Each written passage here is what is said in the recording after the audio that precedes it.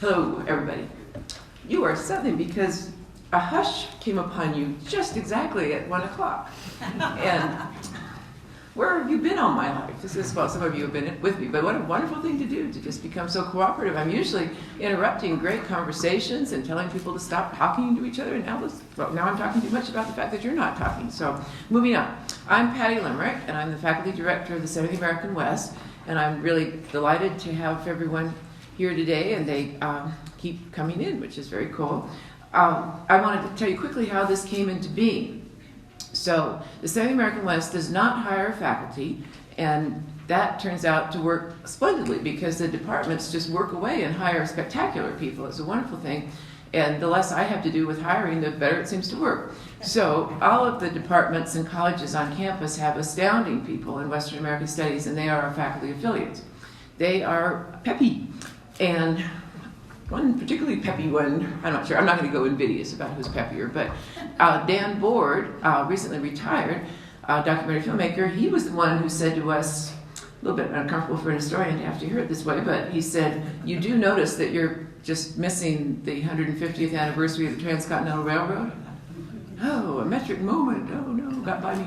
So he galvanized us into action, and he did have the advantage of having worked on that whole territory and the way in which art and forms of artistic expression have really taken the lead in bringing our attention to the workers, the Chinese workers on the railroad. So coasting in his slipstream, we then went to work on this.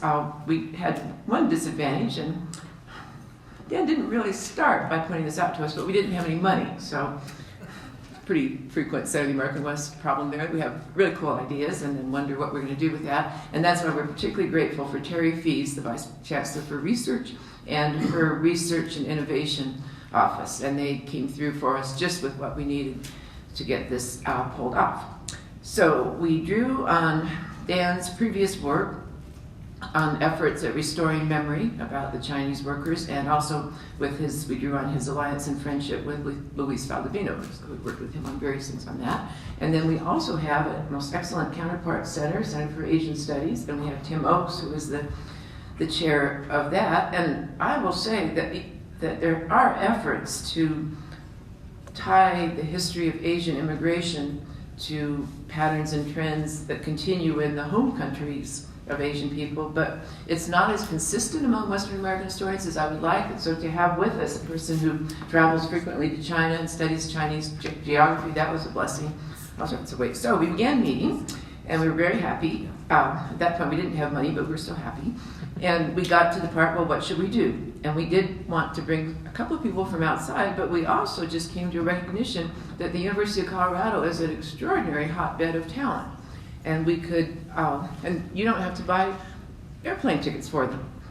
They're here. We like buying airplane tickets, I should say to our visitor here. But it was just wonderful to think what a team we could mobilize if we just looked at the people around us. So we're very happy to have those of you from this campus here and a couple up here. We made that recognition, but we also wanted very much to bring Gordon Chang, the author of a new book, Ghosts of Gold Mountain, about the Chinese laborers. And Gordon, it turned out that was a happy thing because my message inviting him to come came in maybe 36 hours after the chair of the history department had asked him to come. And the history department had a lot more money for the Athern lecture, so things were looking really good until the weather came into that picture. So, and we also are very, very happy that we could work through Dan's ties and have Zhi Lin here from the University of Washington. And you'll see him in the next panel on the important artistic work he's been doing. So that was our situation, and then the goofy weather decided to intervene, and Gordon Chang just decided in the course of yesterday that it wasn't working. So we do not have Gordon Chang here. We do have a noted Asian American historian, William Wei, who teaches here, who was recruited for the panel, second panel. And there are one or two passages that I think I will want to read from Gordon's work to give a framework to what I'm speaking of. So he wants to come, so anybody who's pining about not getting to hear Professor Chang, he's really eager to reschedule, so we might be able to do something later.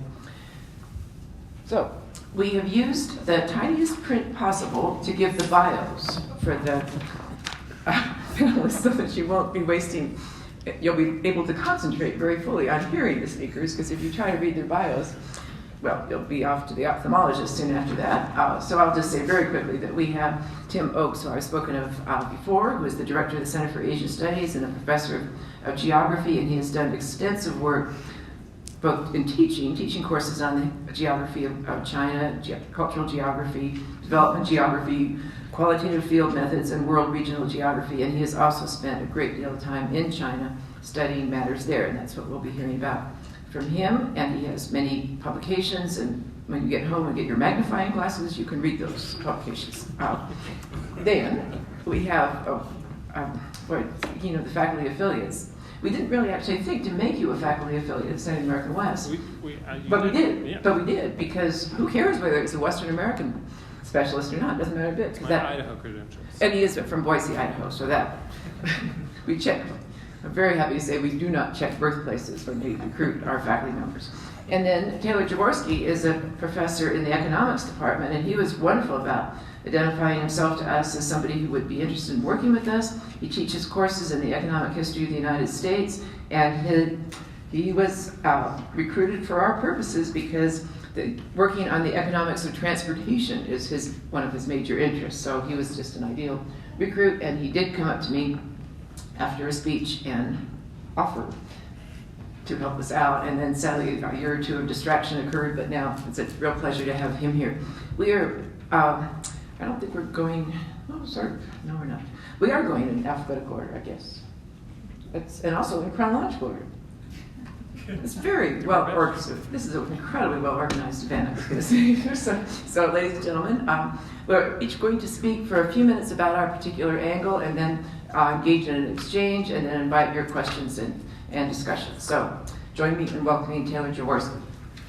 There we go. All right, so this is the title of this panel, and then I'm here to sort of provide some context for some economic context for railroads, and then moving on from railroads to highways in the United States over sort of the last, say, 200 years. But first, I want to thank Patty and the Center of the American West for having me on this panel. And so to kind of provide that context, what I want to do actually is go back even before the U.S. and talk a little bit about the Mediterranean world, and in particular to refer to sort of one of the great historians of the Mediterranean world, Carlo Ciappola, who identified sort of three prices, what he called three prices that sort of determined kind of the scale and distribution of economic activity around the Mediterranean world. And so he had money, so you can think about this as the interest rate, sort of how much does it cost to sort of take money and transform it over time. Ideas, so in the work on this, he talked a lot about the price of books, or the price of transmitting ideas, getting ideas from one person to another person. And then of course he talked about transportation and the cost of moving goods and sometimes people across this world. And he really emphasized that together these three prices sort of determined, who was rich and who was poor, which people were rich and poor, which regions were rich and poor, and in that context, transportation played a particularly important role. The Renaissance world was sort of fueled. The people who became rich in it were the people who sort of had control over these transportation routes shown here, and the biggest beneficiaries of this were sort of the people who got to consume goods that it was worthwhile to transport over long distances, because despite being lower than maybe they were before, transportation costs were still high. And so that's when you see a lot of the production of art and things like that sort of generates this wealth based on people who can control these trade routes. So I don't want to spend too much time on Italy. That's not what we're here to talk about. So what I want to do is move quickly to talking about the U.S. and sort of as we move forward in time, we want to think about reducing transportation costs. And so that era in the U.S. Begins in the early 19th century, sort of figuring out how to really reduce transportation costs for people and goods. And by the time we get to the 1870s, we have a waterway, a canal, and a railroad network that looks like this. And this is sort of the backbone of what becomes known as the transportation and then market revolution in the U.S. So, we can see here that it really does stretch. It's really dense. It's really dense there in the Northeast, but then stretches across the country. By 1890, it looks like this. So much more filled in, a much denser network. And sort of a typical exercise for an economic historian or an economist is to then try to put a number on this, right? So we want to figure out how do we look at those two maps and say, what was it worth? And we're going to talk in sort of pretty broad aggregates here, and I think Patty will talk a little bit about sort of what's going on underneath that. But in terms of pretty broad aggregates, we can think about kind of two things that are important to the economy at this time. The first is sort of agriculture, right? So we see the expansion of the railroad network. That's all the change that's happened between 1870 and 1890.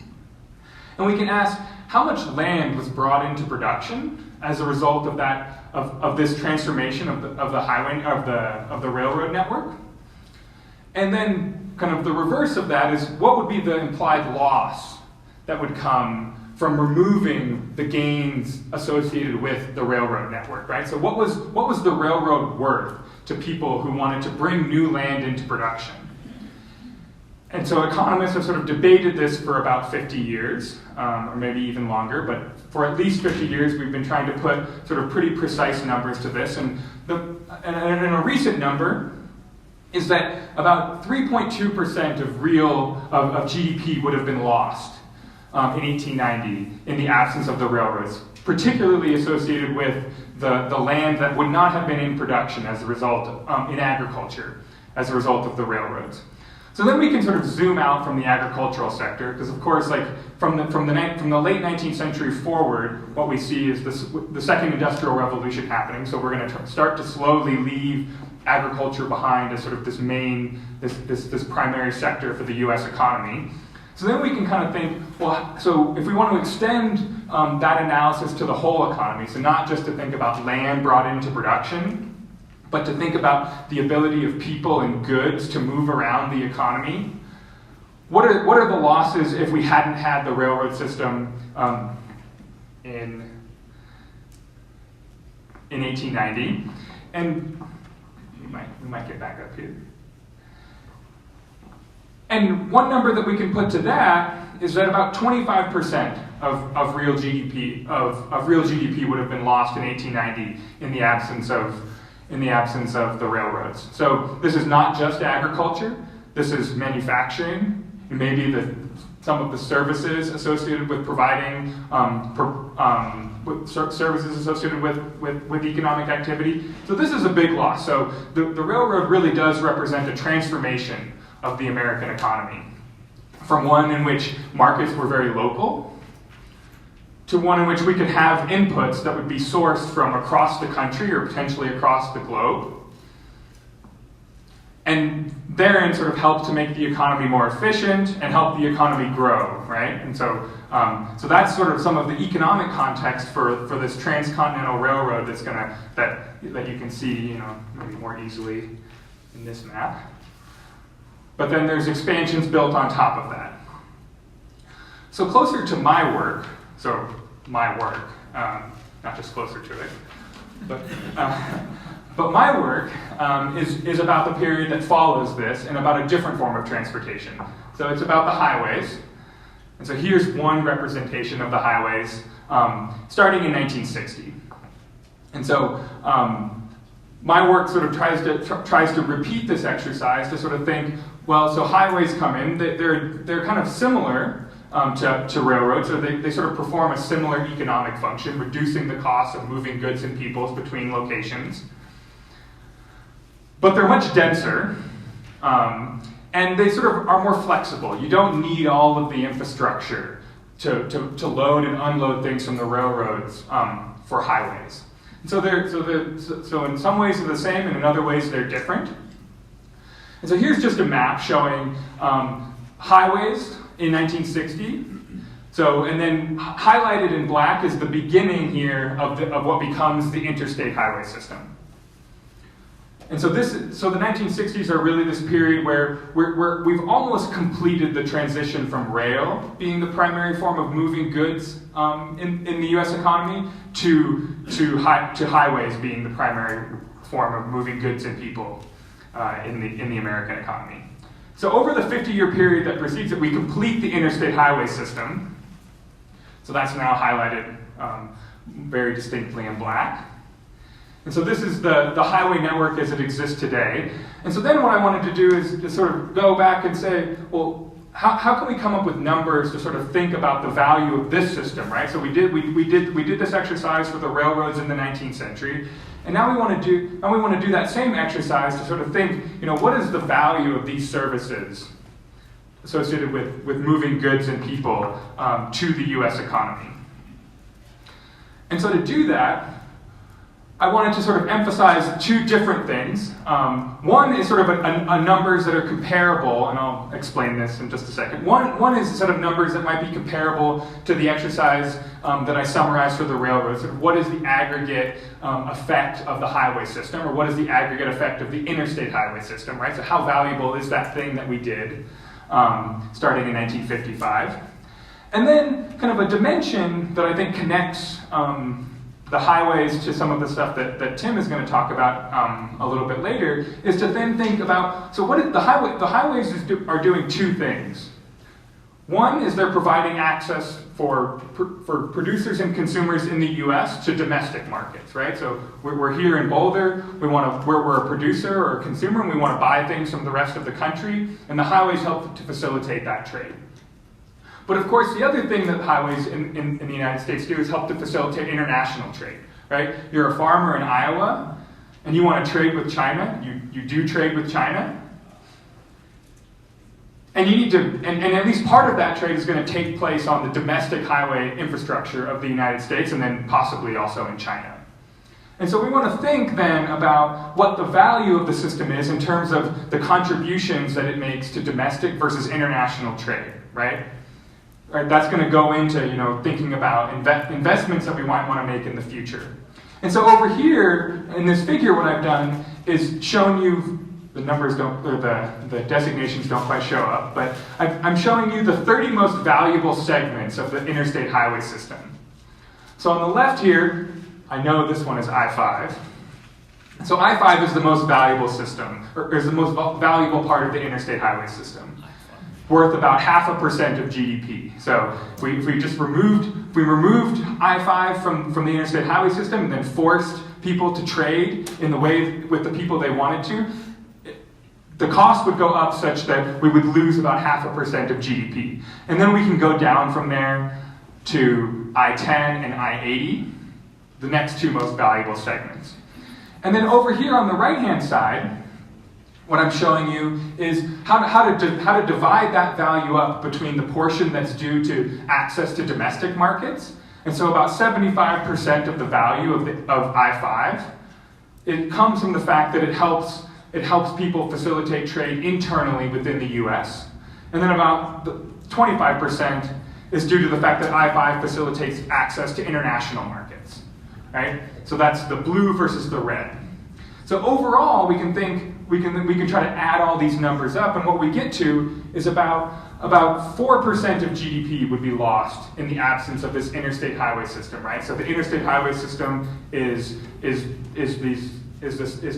part of the highways that have these designations, I-5, I-80, and the innovation there is its limited access and graded for high speeds, right? So the rest of the highway system isn't quite as good in terms of quality.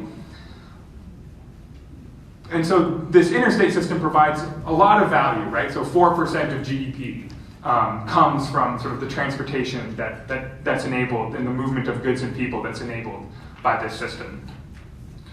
And so I want to leave it there and sort of have you kind of have these numbers in the back of your head as we sort of go through the rest of this, as we go through the rest of the afternoon, and we can hopefully that can provide a little bit of context for what we're going to hear. Thank you. I think there's probably a long history of scholarly injury from scholars sitting up in the front and craning their necks around to see that. So we're happy to have had a chance to be located in. Thank you, Taylor. So I am shifting to a pretty different framework. I will just start off with an observation that I wasn't planning to make, but our wonderful colleague in Western American history, Richard White, has a book, Railroaded, and his argument there is that the Transcontinental Railroad was just way ahead of time. There wasn't much to transport from the West, and rather than a great force of economic development, it was a great force of making a few people very rich. And maybe that was trickle down, maybe not. So it's very interesting. I hope we can return to that to see what a contrast, although you are showing a state of the condition in 1890 where all kinds of things would have changed. That by that point there's minerals in the West that were moving around on trains, there's cattle, there's farm products. So that's probably not, in fact, a contradiction. Oh, he's nodding. Oh, I'm not an economist, and I'm getting the economist to nod here. This is incredibly exciting. That's really great. That's not going to happen again in life, but thank you for confirming that. So I am going to start in the present, and I'm going to lament the fact that even though infrastructure does get discussed in the present, and there have even been moments in our interesting, difficult times where the President of the United States has seemed to be interested in collaborating on that matter of infrastructure development. When a bridge falls down, no one says, well, this is going well. There's a recognition that repairing infrastructure and tending to it is an important priority. So we do discuss infrastructure in the early 21st century, but it is my impression that we rarely, if ever, in those discussions mention the workers who would be asked to risk life and limb to build roads and bridges and to drill for oil or gas or to mine for coal or rare earths for renewable energy. Rare earths are so important in renewable energy technology, or to construct and maintain wind turbines. That anybody who has an issue of anxiety about height just needs to never look at a wind turbine and think of working up there. So the invisibility of the inattention to workers when we talk about infrastructure is really my lament for the present. And that's why I'm going to celebrate Gordon Chang's book for making a powerful statement about how indeed some crucial workers got marginalized and not attended to, and how much we gain for our thinking in the present if we switch that. Not everybody who seems to be thinking is thinking about workers when they think about the railroad. President Barack Obama frequently, 2 or 3 times, said that we must take inspiration from the building of the Transcontinental Railroad, that we should apply that to issues of climate change. If our forefathers could have done this remarkable feat of the Transcontinental Railroad, then we should take our inspiration from that. He said that several times. His historical advising was not all it could have been on that, because really when you heard President Obama say, oh, we must take inspiration from the Transcontinental Railroad, you'd think, well, now there's an idea. Who are going to be the exploited Chinese workers and Irish immigrant workers in that picture? It was remarkably, I mean, it happens all the time. At this moment, some public figure is giving a speech that shows a failure to get a history degree, so that happens.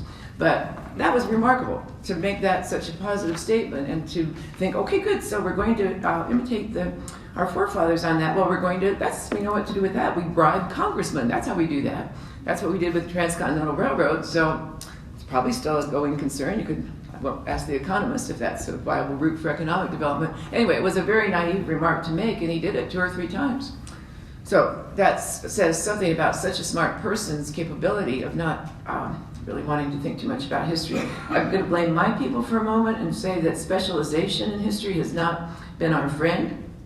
It just occurred to me that I'm sitting down and hi, there you are in the back there, nice to see you. So I will stand up so I can get a better view of you.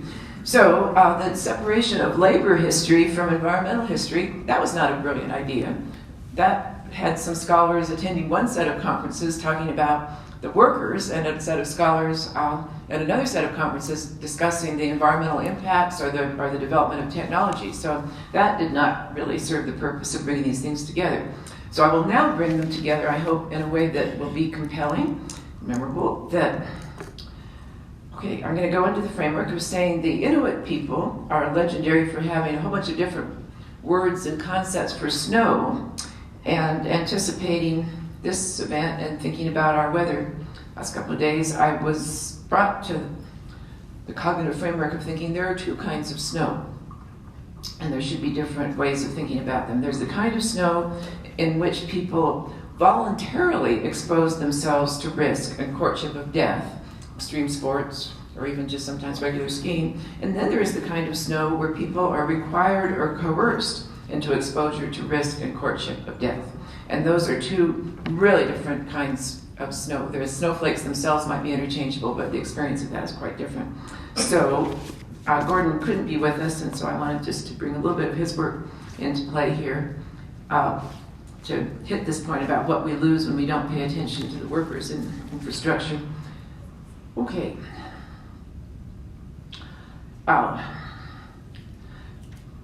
Observers of the construction effort sometimes provided eyewitness accounts of, well, actually, this is, maybe I just want to paraphrase this because it's pretty tough.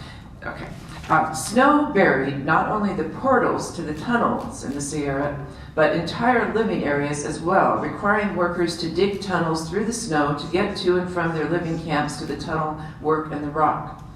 According to the chief tunnel engineer of the Central Pacific Railroad, John R. Gillis, Chinese even had to live beneath the snow for months at a time. They constructed chimneys and air shafts up through the snow. Tunnels linked storerooms and blacksmith shops. Some snow tunnels were as much as 200 feet in length and high enough to accommodate 2 horse sleds that carried broken rock out of the tunnels to dump outside. Workers also hollowed out large caverns in the snow so that they could build retaining walls to protect the track. They used hoists to lower wall stones down through shafts in the snow to men working beneath. Sudden snowslides carried many away to terrible deaths. Accounts of such brutal living and working conditions would be barely believable had the information not come from the top company leaders themselves. Louis Clement, the Central Pacific Railroad chief engineer, testified that management had decided tunnel work had to continue uninterrupted through the ferocious winter, in his words, no matter what the cost. Clement spoke primarily in financial terms, but the company's attitude clearly had tragic human consequences. James Strobridge, the construction boss, indicated the toll of human life during that season was staggering. In many instances, our camps were carried away by snowslides, he recalled. Men were buried, and many of them were not found until the snow melted the next summer. In one instance, Chinese tried to escape an avalanche by taking refuge behind a protective rock. They were buried anyway, under 50 feet of snow, and their bodies were not found until it melted in the spring. Revealed was the ghastly sight of dead Chinese standing, still holding their shovels in their stiff hands. 2 kinds of snow.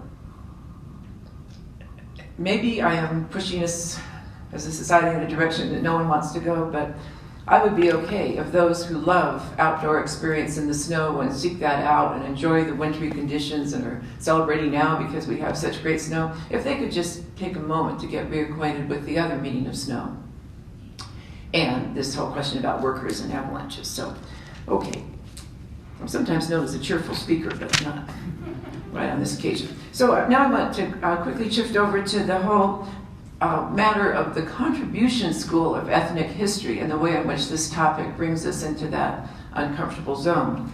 So for some period of time in the mid-20th century and continuing for a while into that, the way that scholars and supporters of immigrants made a case for the reasons to tolerate and welcome immigrants was to say that they had contributed to the economic prosperity, to the general rise of our nation.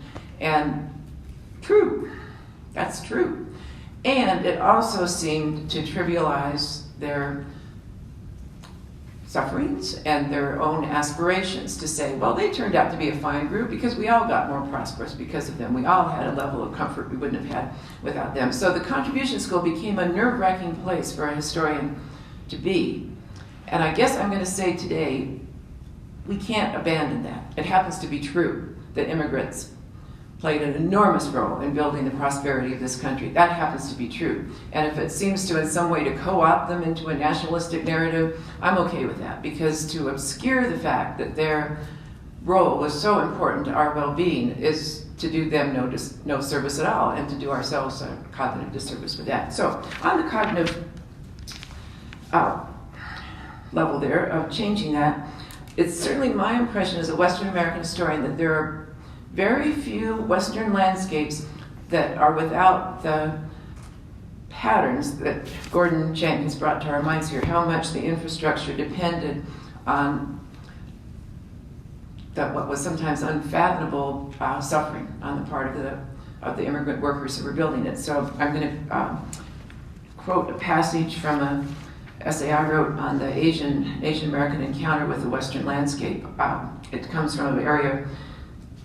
The point of this story is just to say, probably everywhere we look, when we are in the engaging terrain of the American West, the astounding landscapes, the tall mountains, the soaring peaks, and so on, probably everywhere we traveled to get to see those places, if we knew what had happened there, we would know something like this story that I shall now put forward.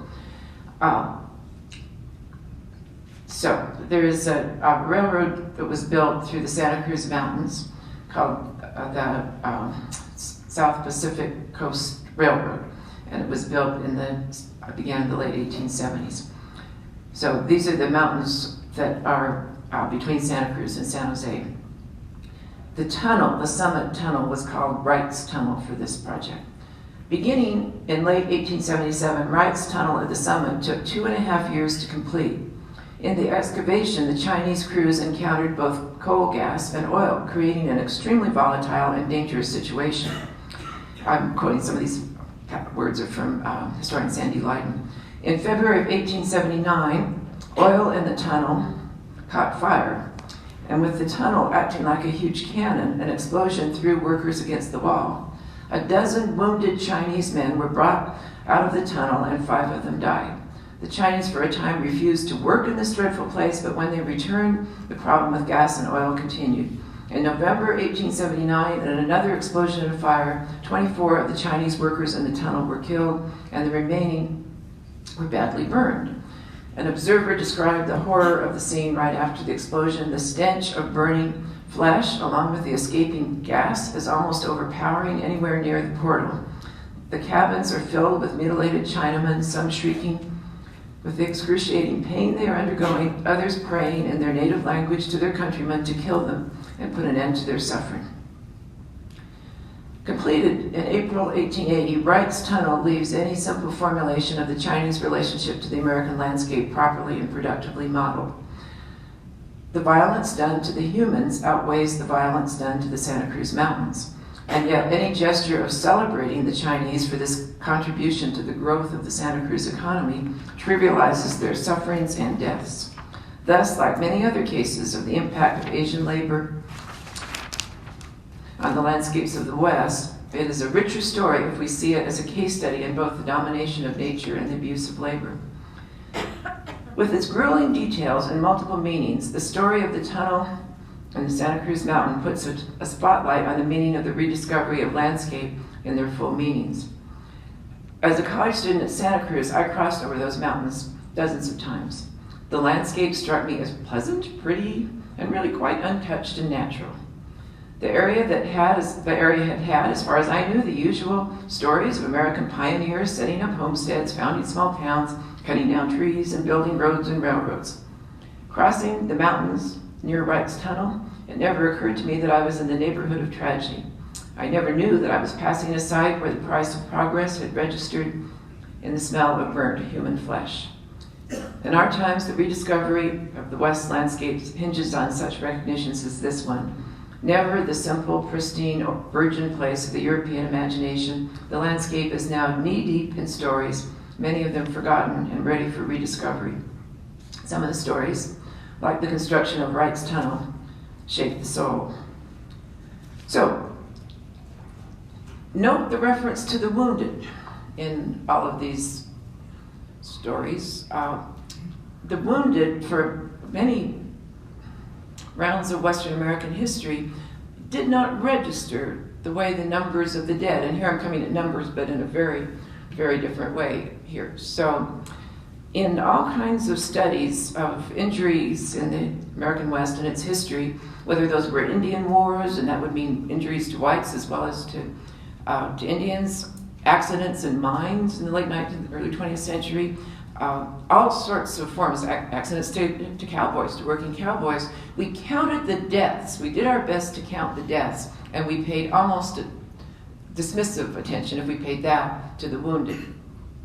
2 weeks ago at the Western History Association, I had been asked to serve as the commentator at a panel on disabilities that could get in the way of historians doing their best work if the Western History Association weren't attentive to that, but also to the history of disability in the American West. And that's my moment where I thought, what happened? That story of the Wright's Tunnel to the people who were wounded but survived. What happened to them?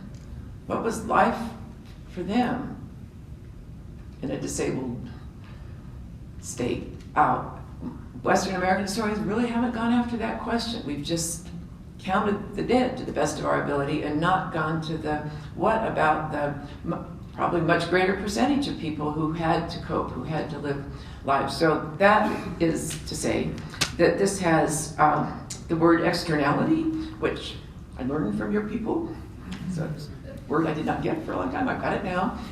It seems to be a very good word when we say, well, if we don't really say that anymore, but when people used to say, oh, coal is really quite an inexpensive thing, well, you'd think, should we now count the externalities? Should we count the impact on air quality and so on? So we're pretty good at the externalities. I'm still not sure that we go, when we talk about the externalities and the cost of infrastructure, do we really go into this intense and subjective zone of the cost to human limbs and to human life? I don't know exactly what that would mean, but I do feel that everywhere we look in the American West, we see, in the past and to a degree in the present, we see this lesson from Gordon Chang's book and his close study of the Chinese workers on the railroad. Eisenhower Tunnel, which people are usually traveling through joyfully. They're going to go skiing. They're going to have the happy kind of snow to experience.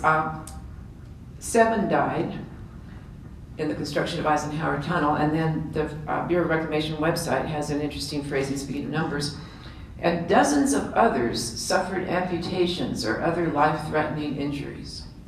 So I won't go through this whole thing, but the efforts of the Bureau of Reclamation to try to figure out the numbers of people who died or were injured, just listen to some of the stuff or the calculations that go into this. Some references also include in the fatality count those who died from non-construction related causes. For example, men, women, and children who lived in Boulder City. That's not in the one that we just did, the 9.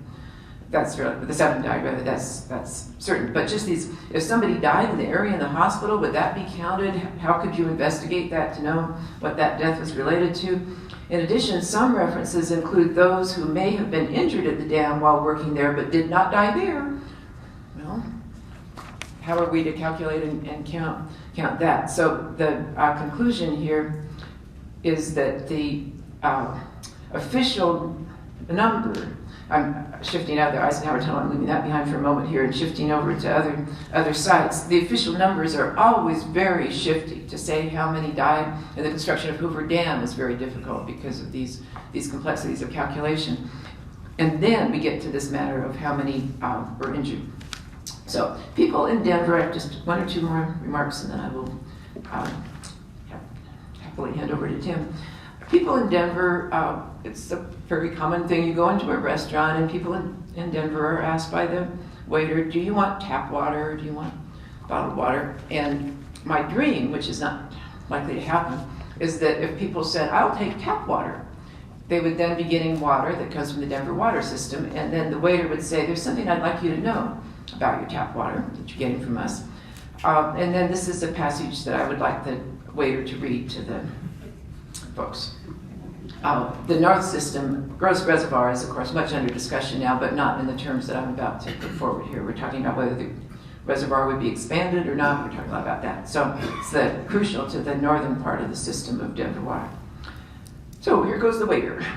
Well, I'll take your order in a moment here, but I want you to know that on August 24th, 1951, at the construction site for Gross Dam, a key feature of Denver water system, a man named Harry Artemis was working 280 feet above the floor of the canyon, drilling blasting holes on the face of one wall, and suspended by 60 feet of strong rope tied above him to the rim of the canyon. There will be quotations from him coming up. A storm raced in that afternoon, and before he and other workers could take refuge under a rock ledge, a lightning strike ignited 32 tons of dynamite on both walls in a series of ear-splitting explosions that bore through the canyon's belly like a bomb. Artemis and others landed on the canyon floor.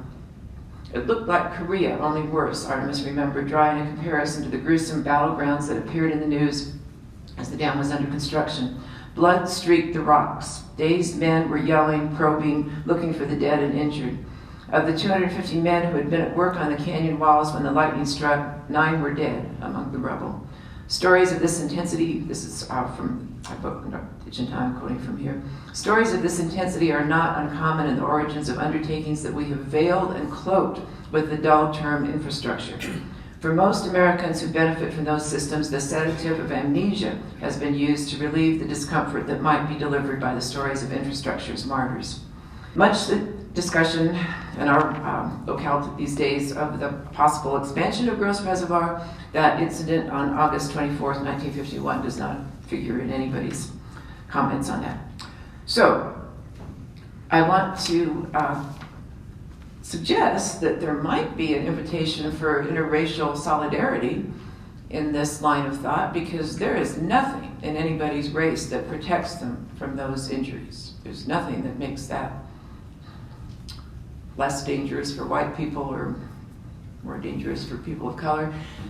There is something in our society that makes it more likely that a person of color will be in that situation, or over the 200 years that's been the case. So that certainly requires our consideration. But the notion that the physical vulnerability of the human organism varies in any significant way to these kinds of episodes, an avalanche doesn't care. An avalanche is going to have its impact. So these are cautionary tales, but I would also say they are inspirational tales, because we benefit from this infrastructure in thousands of ways. We are living, this is the phrase I've tried to make into a household phrase, and I'm going to get there, I'm just struggling a little bit with that. The last century, I'm not going to have you repeat after me because that would be tedious for everyone, but this is a great way of characterizing the last century. We have been living for 100 years or more, a little bit more, in the, what I'm asking people to think of as, and say to each other in their homes and businesses and so on, that we are living still in the era of improbable comfort made possible by a truly astonishing but taken for granted infrastructure. Astounding comfort, really astounding comfort, and all of this investment of money, but also investment of human limbs and human lives is a part of that. For some people to travel in comfort in the last part of the 19th century, for some people to travel in comfort, other people had to endure unfathomable discomfort and unimaginable suffering, and some of those people had to sacrifice their lives. For all of that, the people who endured the suffering or lost their lives, or survived or didn't survive, those people became invisible very soon after their labors were completed. They were often forgotten, with the forgetting setting in really fast. And that is why we are in debt to Gordon Chang and to the artists we'll be hearing later, and for everyone reflecting on this question of how nature and humans come together in productive ways and ways that enhance the quality of our life and also sometimes end the lives of others. So, thank you. Thank you all for coming. And as I was saying, I wanted to just take this opportunity to reflect a little bit. I guess we could think of it as two bookends, with the Transcontinental Railroad, one side of that book or one cover, and the current moment of infrastructural connectivity and dreams of connectivity in Eurasia, being variously called either the New Silk Road, the Silk Road Economic Belt, the Belt and Road Initiative, emerging out of China, that has been getting a lot of people's attention in all sorts of ways. And so I think this is an interesting opportunity to think about, I don't know if we want to think about lessons of history, but some of the parallels and some of the ways that reflecting on the Transcontinental Railroad gives us some interesting angles on thinking about what's going on in Eurasia today and how it's actually connected to what happened in this country 150 years ago. I'm going to try to be a little bit of a historian, but first I'm going to be a geographer and talk a little bit about time-space compression with infrastructure. If we go back to this slide, the advent of completion of the Transcontinental Railroad, making the journey from New York to San Francisco possible on railway, changed time and space enormously, right? What had taken many months across land, at least, not quite that long by boat, but still an awful long way and a lot of time. What had taken many months and was a very arduous and dangerous journey suddenly took 83 hours. And was relatively comfortable. I mean, certainly in comparison to the stories that Patty just told us of what it took to build this comfort. And I also want to note that how right she is about how quickly people forgot about and erased the actual discomfort and pain and suffering that was caused by the construction of this amazing infrastructure, and how discomfort became this. This was what discomfort was, not hiding behind a rock from an avalanche, which is a little bit more than discomfort, I'll admit. But that is also to say that, going back to another point that connects what Patty and Taylor were both saying about the completion of the Transcontinental Railroad, is that maybe there wasn't immediately a lot of economic use for it, but there was certainly a lot of people with enough money to make the journey.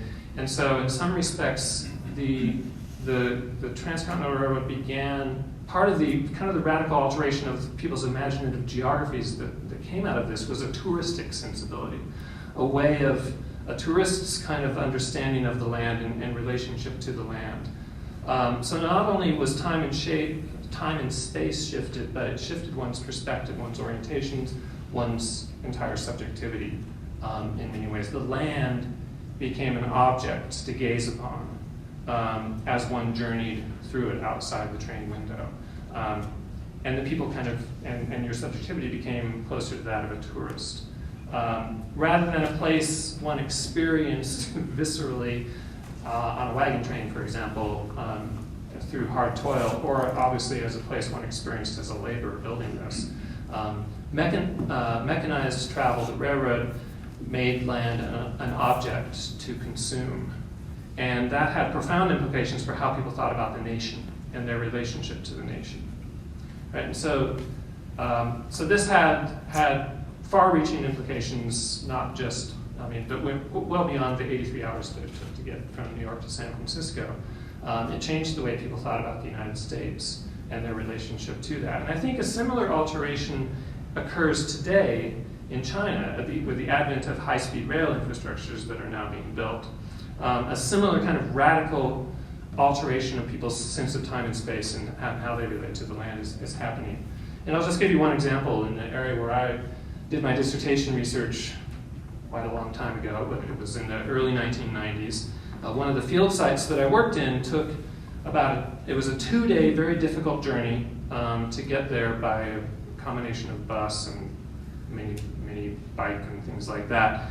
From the provincial capital, it took about 2 hours. That journey, as of 2016, took 45 minutes with the advent of this kind of technology. And people now talk about it taking longer to get from their house to the high-speed rail station than it does to get from wherever the train is actually going to take them somewhere else in China. That's partly because they were building the train stations far outside of the cities because there's no other place to put them. People talk about having high-speed rail relationships now. The way they interact with people around the country has changed significantly. And the land in between those nodes of connectivity around China has just become kind of generic countryside that whizzes by the window at 300 kilometers an hour. And so this gives an entirely different kind of subjectivity in relationship to China, right? As an object, as a nation. It gives you kind of a sense of ownership. And in many ways, the countryside is itself changing so that it can be more visually appealing to people zipping by on trains, with villages near high-speed rails investing a lot of money to appear nice to the travelers just zipping by, right? And so it turns the land into an object, and that has real material repercussions for people in that land, and obviously for the people passing by as well. So 150 years ago, the Transcontinental Railroad must have had a similar effect, albeit on a smaller, limited scale. The Pacific Ocean was just a few days of relatively comfortable travel from the Atlantic. And that same change in subjectivity, that same way that land became an object to consume, was also going on here. And you see it, I think, in many ways in this kind of classic Currier Knives image that many of you are probably familiar with. That is to say that these new forms of infrastructural connectivity have a kind of not just a touristic characteristic to them, but an imperial one. The idea of the land outside the train window as an object of the tourist gaze is not far from the idea of land as an object of control, of ownership, of sovereignty. And of course, this aspect of infrastructural development is also very much on people's minds as they consider the current infrastructural push coming out of China, and whether or not that reflects imperialist ambitions on the part of China, on the part of Xi Jinping, as this illustration readily suggests anyway.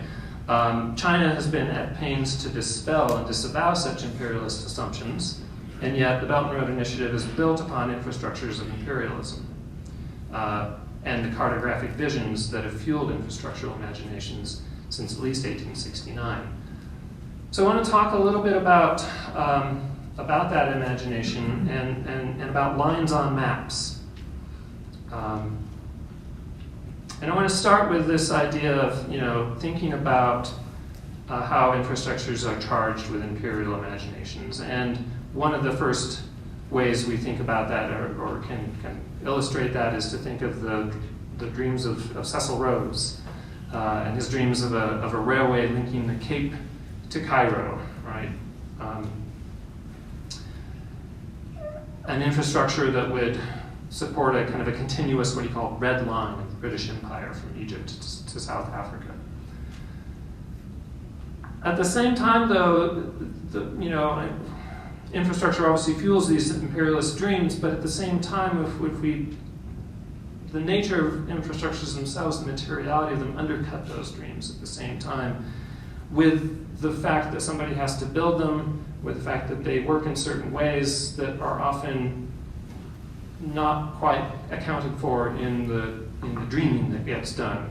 And so one way of thinking about that in the Transcontinental Railroad is exactly what Patty was talking about, and that is somebody has to build them, and that has an enormous cost. This is one of the images that illustrates some of what Patty was talking about with the digging of the tunnels through the snow, and this is and the snow sheds of the Sierras when they were building the railroad. This is an interesting image because it's one that you see a lot of different versions of.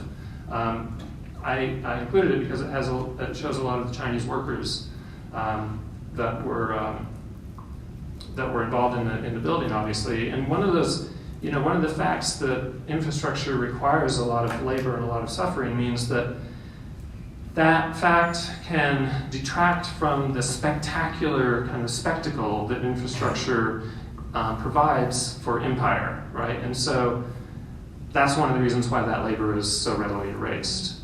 And you see that in this image, which is basically the same image, a different version of it with a lot of the workers taken out. And I just thought that was kind of an interesting difference. We want to focus on the train and the marvelous rails and not so much on the people who built them. But another way a contemporary version of the complexities, the material realities of infrastructure is seen, for example, in something that kind of complicates China's dreams of infrastructural connectivity across Eurasia, and that is the fact that the gauges are different. And so when you get to a national border, they have to pick up the trains, the loads off the trains, and take them off one rolling stock and put them on another, because there's not, so the lines on the map show these smooth connections, but the infrastructures themselves are often not that smooth. Now, I want to play a little bit of historian, and we'll see how it goes, but I want to talk a little bit about the Silk Road, because I think it's a really interesting parallel to what we cited with the Transcontinental Railroad. And it also helps us understand what was going on in China at the time that the U.S. Transcontinental Railroad was being built, why there were so many Chinese people willing to sacrifice their lives in the building of a railroad for the United States. And the story goes back to, or begins with, this person, Ferdinand Von Richtofen, who wrote, who was not to be confused with his nephew Manfred von Richtofen, who was otherwise known as the Red Baron.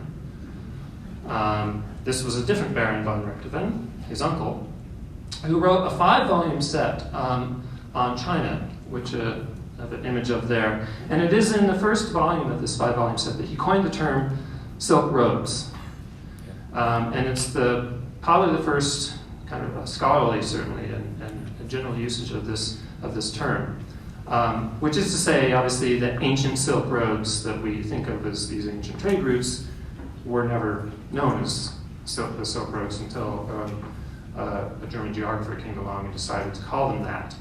There's a map in the first volume of this book that looks like this, in which he laid out with lines, red and blue lines, different Silk Road routes based on both Greco-Roman sources and Chinese sources that he had studied. And they look a lot like modern railroad or highway routes. And no such lines had ever been mapped in this way before in this region. Now, von Richtofen was an embodiment of the imperialist imagination of his day. His 5-volume work was a work on the geological potential of China for industrial geography, in particular its coal reserves, and it was put out there as a kind of a guide for German imperialism for kind of making colonial claims. And one of the things that he recommended in his book was that Germany should occupy the port of Jiaozhou, which is where the current city of Qingdao is, which was a German colony, because there were it would make a good port for a navy, which Germany was busy building at the time to counter British power, and that there was a lot of coal nearby as well. And so here's an image from the early days and Germany did just that. In 1897, they seized the port of Jiaozhou, not to be outdone by the other European powers getting all sorts of chunks of China. And they made it their Asian naval base. But at the same time, Von Richtofen's work suggested that not only was this a good port for a navy, but it was the logical eastern terminus for what would eventually be a transcontinental railroad, stretching from Berlin all the way to China. And if you read in the book, he's very interested in saying that this isn't about colonialism. We're using science and technology to bring China into the 19th century, into the modern age. We're protecting or saving China from the corruption of the Qing dynasty rulers and so on, as was typically the narrative of the day. Justifying imperialism and colonialism at that time. But what interests me is the railway connection, that it was very important for him to have, that Germany have a place in China that would connect his dream of a railway crossing Eurasia.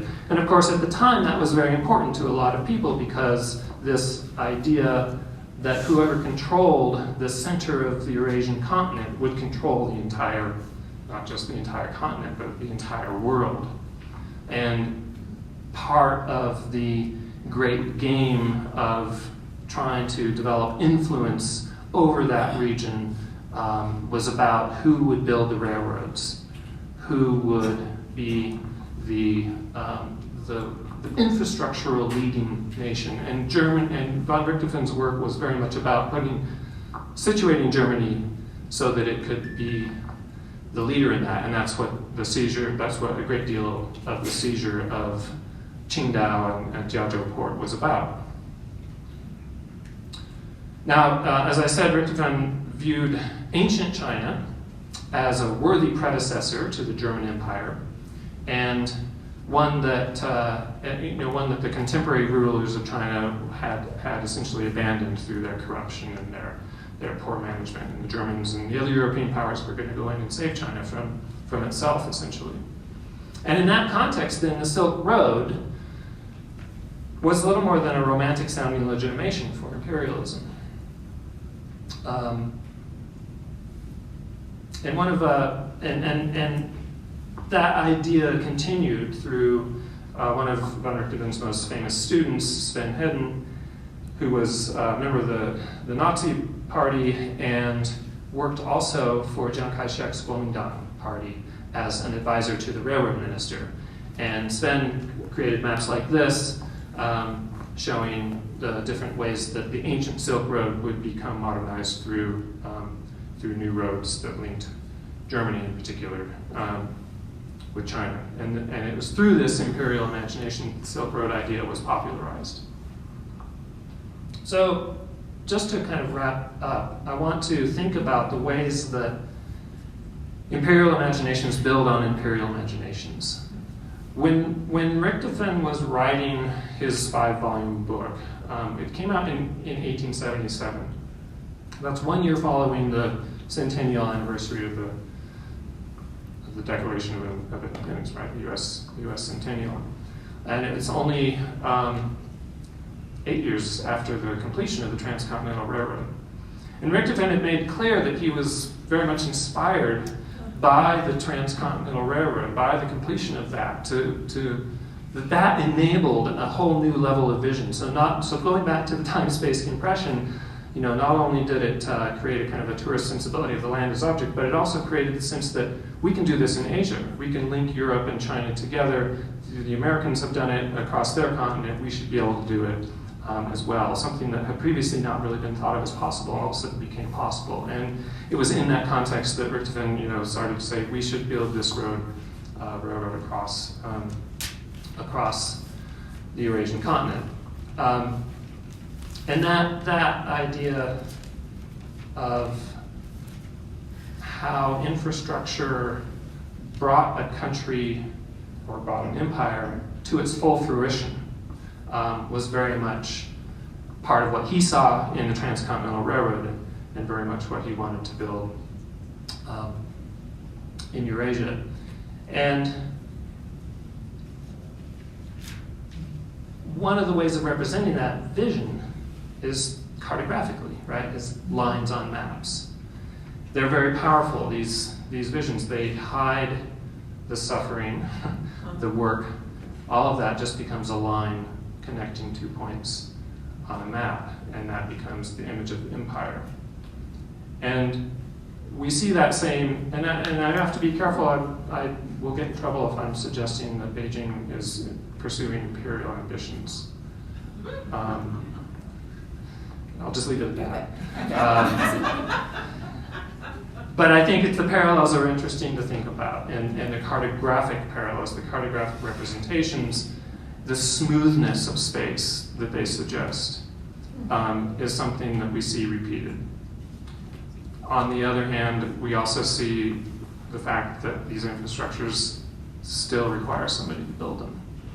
And just as much as in 150 years ago with the Transcontinental Railroad, that labor, that aspect of the infrastructure is still very much invisible in what we see going on today. Thanks.